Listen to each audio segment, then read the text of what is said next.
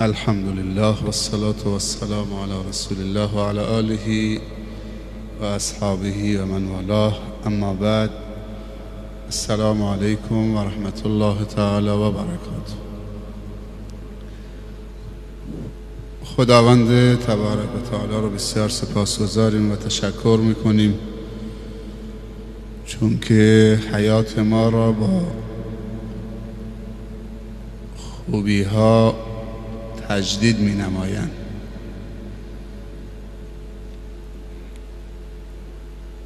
توفیق برای انجام کار خیر خودش عنایت می فرمایند و توفیق برای حفظ کار خیر باز هم خودش عنایت می فرمایند.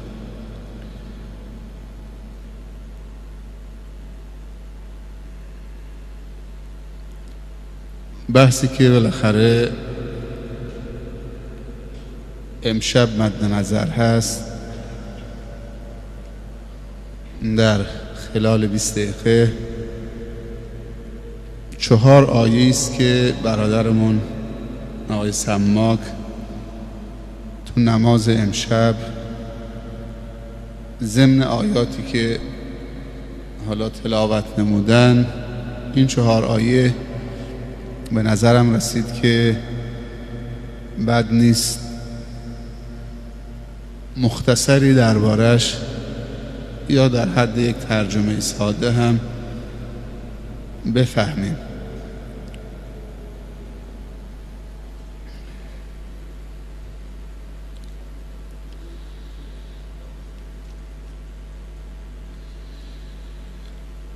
اولین آیه‌ای که توی این یک جزئی که امشب تلاوت شد، حالا یک جزء 1 صفحه یا 2 صفحه، اعوذ بالله من الشیطان الرجیم الشیطان یعدکم الفقر و یأمرکم بالفحشاء والله یعدکم مغفرة منه و فضلا والله واسع علیم. آیه 267 سوره بقره.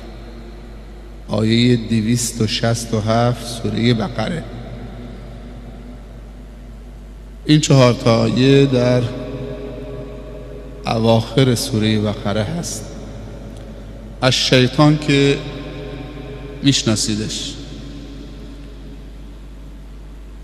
زمانی که متمرد شد بر امر خدا لقب شیطان گرفت، چون شطنه به معنی تمرده هست و هر متمردی که بر اوامر خدا متمرد بشه، خارج بشه از اوامر خدا، به اون میگوین شیطان، حالا چه از جن باشه چه از انس باشه. و شیطان انس و جن با هم در ارتباطن و خدای نکرده اگر شیطان انس برات مسلط شد، یعنی دوست ناباب، قطعا به زمینت میزنه، چون شیطان جن با اعوذ بالله من الشیطان الرجیم میره، ولی شیطان انس دستش تو دستته، هم کلاسیت، رفیقته، یه زمانی هم بازیت بوده. و خیلی ها میگن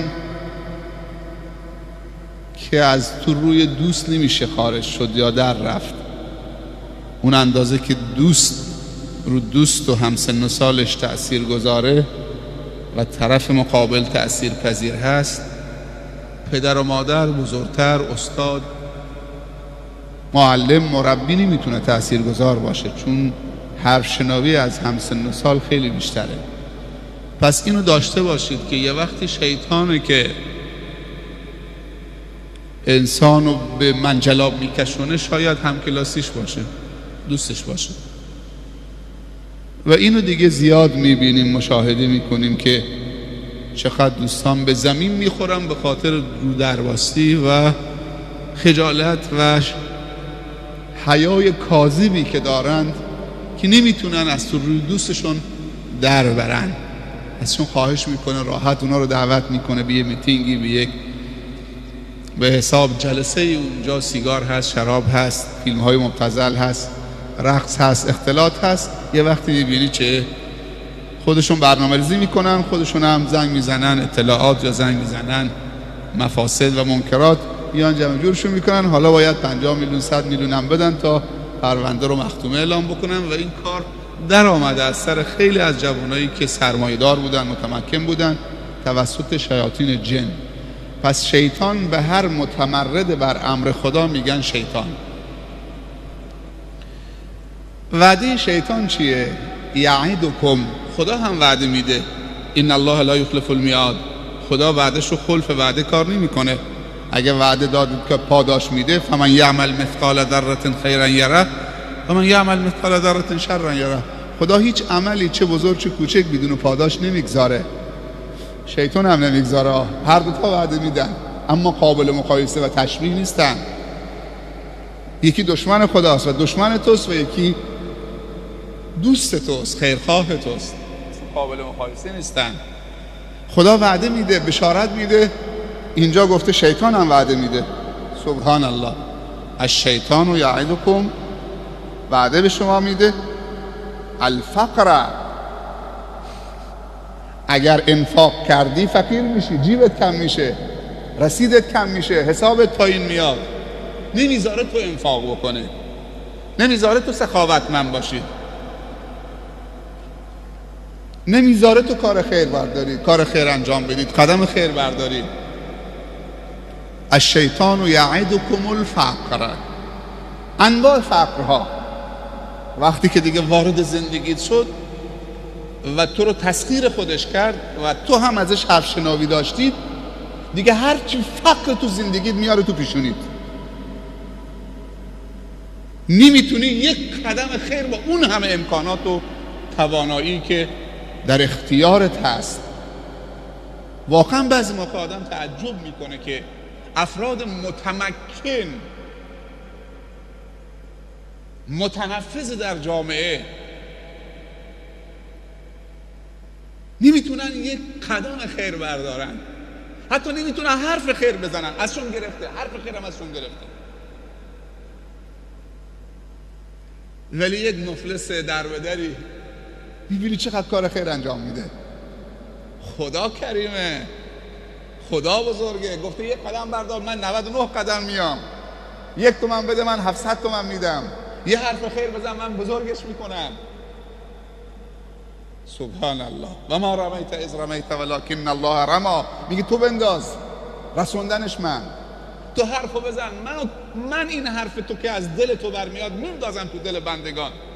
چه بسا که یک جمله خیر، یک حرف خیر، یک دانشمند درست کرده، یک پروفسور درست کرده، یک عالم درست کرده با یک تشبیه.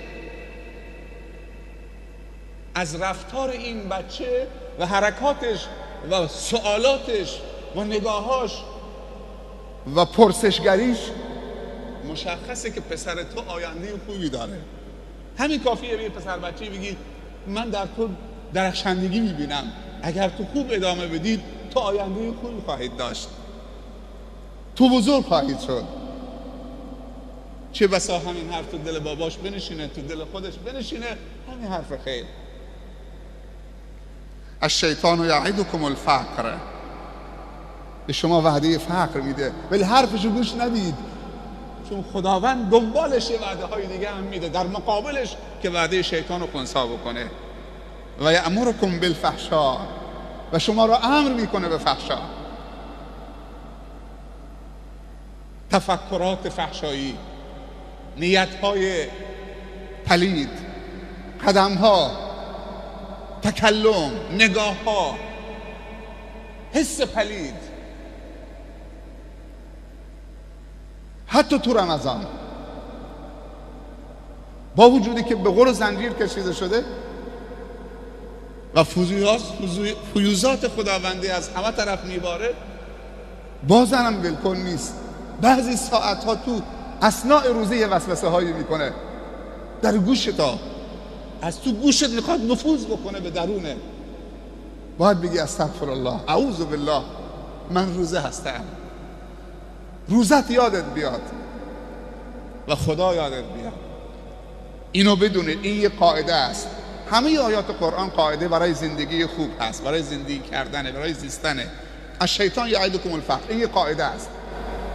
پس هیچ غنایی از شیطان و هیچ سرمایه‌ای از شیطان نصیبتون نمیشه، حاصلتون نمیشه. یک قاعده است، این قاعده مفروغ منه، تمام شده. از شیطان یعدکم الفقر. بال غنا پیش شیطان نچرخید. غنا جای دیگه است. هو الغنی رزقکم فی السماء و ما توعدون. اون بالا غناست. و یأمرکم بالفحشاء. حالا خدا چه وعده میده؟ سبحان الله، هر وقت صحبت بهشت میکنه صحبت دوزخ میکنه، بلافاصله صحبت بهشت هم میکنه. هر وقت صحبت منافق و کافر میکنه و مشرک میکنه، بلافاصله صحبت موحد و مؤمن هم در کنارش میکنه. اوصاف اونها میگه، اوصاف اینها رو میگه. میگه لا تطع کل حلاف مهین هماز مشاء بنمیم مناع للخیر معتد اثیم عتل بعد ذلک زنیم ان کان ذا مال و بنین. این اوصاف منافقین و اوصاف کفار داره میگه. در جای دیگه هم میگه التائبون العابدون الحامدون السائحون الراکعون الساجدون الآمرون بالمعروف والناهون عن المنکر والحافظون لحدود الله و بشر المؤمنین. همینطوری تنها نمیذاره که صفتهای بد رو بگه، صفتهای وعده شیطان رو بگه، وعده خودش نگه، تو امیدوار بشه. حالا خدا چه وعده میده؟ که خدا رو رها کردیم چسبیدیم به این مفلسی بیچاره‌ای که خودش جهنمی رسواه دنیا و آخرته.